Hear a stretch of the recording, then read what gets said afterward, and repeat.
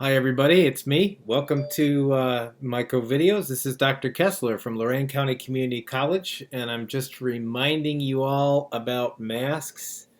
The director of the CDC has announced that everyone should be wearing masks everywhere at this point. We are in the middle of a big spread of this virus, and I think we can all control it like other countries have done. We're not trying to do anything new and different here. We're trying to duplicate what most of the world has done. That's an important consideration. We're not breaking any new ground or discovering anything new. Let me tell you my temperature today. It's 95.5, which is 35.3. That's an important thing. Temperature is a great sign of an infection and important to use. I don't think I need to remind anybody of how serious everything is right now. It is quite serious. I have here the alert system for the state of Ohio. I know the governor will be speaking tonight. And we'll all be interested to see what goes on, and perhaps there will be an updating. There are now 12 counties on level 3, 2 counties on level 3 approaching level 4. That's the asterisk that's found on Cuyahoga County and found on not Franklin. Franklin's off the list now. Hamilton County, and so that's where we are right now in the state of Ohio. I'm going to take you on a little roller coaster ride here. Cedar Point just opened up here in Ohio, and I want to take you on a little roller coaster ride. So we're going to go up and down here. It's just the nature of the beast, but I think we will all get through this. First of all, let's go up first, and on the up news, the good news is looking good for Moderna's vaccine. It is looking good. There are immune responses, and that is great news. That is a fabulous piece of information there, and I'm very excited about that information. We still have a long way to go, but let's just celebrate a little bit of a positivity right now in this world. Next, let's go down. Sorry, I'm gonna take you. I told you I would take you on a roller coaster ride, and here we go. Study in England suggests that immunity could be lost over time. So making this whole business of a vaccine, what does that mean? What does it mean for a vaccine if it's not going to work, or you're going to need to boost it so many times? Well, I will remind you of a couple things here. Even if it does wane, if the vaccine does wane, does decrease in intensity, that's okay, because if we're in the middle of a pandemic and we're vaccinating people, they're going to get constantly re-exposed, and that's called natural boosting.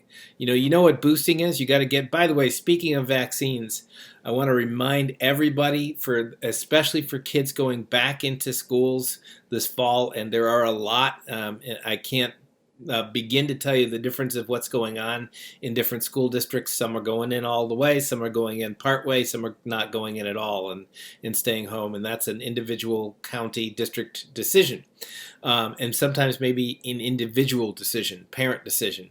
But I want to remind you, as far as vaccines go, get your vaccines. You do not want to complicate this pandemic with another pandemic of childhood diseases. Just want to put that one out there, because that could make things very serious and further strain the economy and the health care and all that kind of stuff.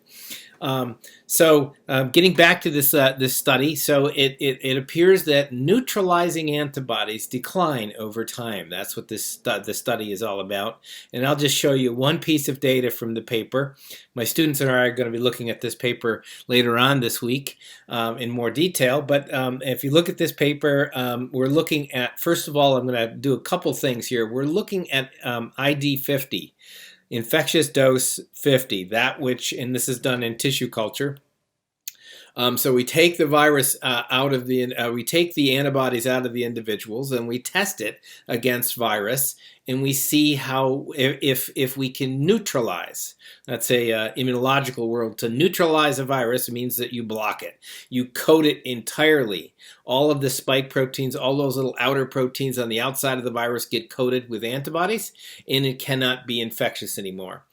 And the story is if you look at this, you see that the neutralizing antibodies decline days post symptoms, is first onset of symptoms is what POS stands for. And so you see that there is this curve.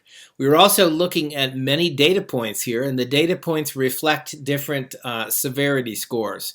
So we're scoring people with respect to their disease. The sicker people have either the blue, purple color, and the less severe people are in the more orange and color. And you can see that the sicker you are, the more antibodies you make. I tell my students something all the time. I say that which does not kill you will only make you stronger, and that certainly is true of vaccinations and immunity. And so it appears that we lose titer. Nevertheless, I'm going to take you now back up again. I'm still very confident that a vaccine can work, and there are other things involved as well. And there is this thing called interferon. Real quick, I think I have reported on, let me take this off for a second. I think I've reported on interferon before. Interferon establishes the antiviral state. So if I'm a cell that is infected with interferon, I send out this message, interferon, and it tells other cells, hey, there's a virus here. Get ready, make a response.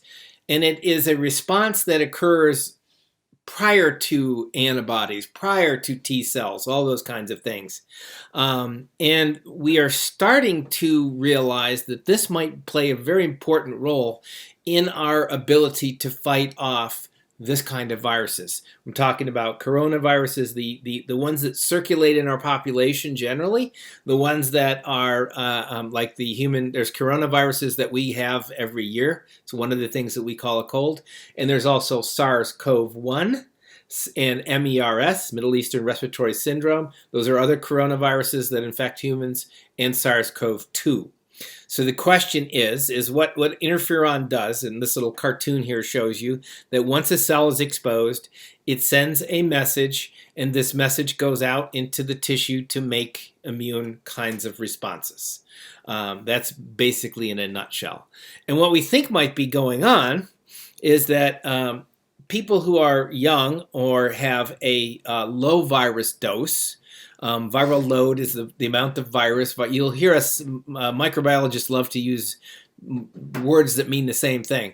So virus load, virus titer, virus burden all mean the same thing. So the amount of virus that there is, that's simply put, the amount of virus. So the more virus there is, and the better the interferon response, the better off you are at blunting the disease, and you get a mild form of the disease. Now, if the interferon response is delayed, as we often see in people who are older and people who are of a certain age, we see a slower response to the interferon, and then the virus builds up, and then you have severe disease. Now, there is some good news about this, and the good news about this is this. We actually can manufacture interferon outside of the body, and we have for years. And we can treat patients who are acutely infected, especially of a certain age, and we can manage their symptoms a little bit better and help them fight the virus a little bit better. So that's good news. And this is an old kind of a therapy that we've had for, by old I mean like 20 years, that we can use to treat patients fairly well. Now I'm going to leave this subject right now, and I want to talk a little bit about business news. And I know you're all going, stay in your lane, Microprof, stay in your lane, and stay with me. it apparently, I just learned something today, and the something that I learned is that J.P. Morgan, the people who make my credit card, collect a lot of data, and they've been using their data to make kinds of predictions and stuff. And they actually have a lot of data on their website. I mean, COVID data, real science data. So I was on there, and one of the things that I noticed that they were looking at people's restaurant spending. Obviously, they're looking at people with credit cards, and they're looking at people who spend with their credit card in the store as opposed to takeout or delivery, which is a little bit differently transacted, I guess, in the whole system. And they came up with this idea, this data that suggests that if there is a spike in restaurant credit card uses in restaurant, there will be a increase in COVID-19 disease or in SARS-CoV-2 infection about a couple weeks later. And I just found this fascinating.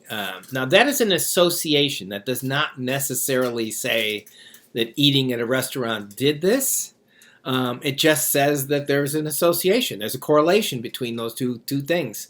Now, I want to leave you with one thought. If you go out, and I've heard a couple of stories already this week. One story I heard out of New York. There was a restaurant that was unhappy. It was a bar. And they were unhappy with the way that their clientele were behaving. So they voluntarily shut themselves down to avoid losing their liquor license. I also heard about a restaurant. A student of mine was telling a story about a restaurant in Wisconsin that they had 2 shifts. Basically, they allow people in at an early shift and a late shift. And they discovered that the late shift had people who were less likely to adhere to good social distance practice and good masking and such. And so they shut themselves down for the late shift. Again, doing the good thing is doing something that is not in your own personal best interest at that moment is going to benefit you in the long run. I think those places like that are going to see that business return in a large way. But I did want to leave you with a little bit of a few tips on how to go to a restaurant, and this was shared to me by that same student. And I just want to mention quick shout out to Ari, and a quick I want to mention some of these things. You go into the restaurant with a mask on, and you can sit there at the table as long as you're not doing anything with your food intake valve, your mouth. You can leave the mask on for as long as you have to. Take it off for taking sips, and take it off when you eat your food. Put it back on, and this is a way that you can keep yourself safe. If you get up to use the restroom, put it on all the way through the whole process. There's nothing you need to do with your mouth in the bathroom, and you can make yourself a lot safer. Like I say, one thing I also want to mention is that the director of the Centers for Disease Control has said that we all need to be wearing masks all the time. So I'm going to stop right there. And thank you for all tuning into the Microprofit Learning Network. Be good to each other, and may you all persist like a lentivirus.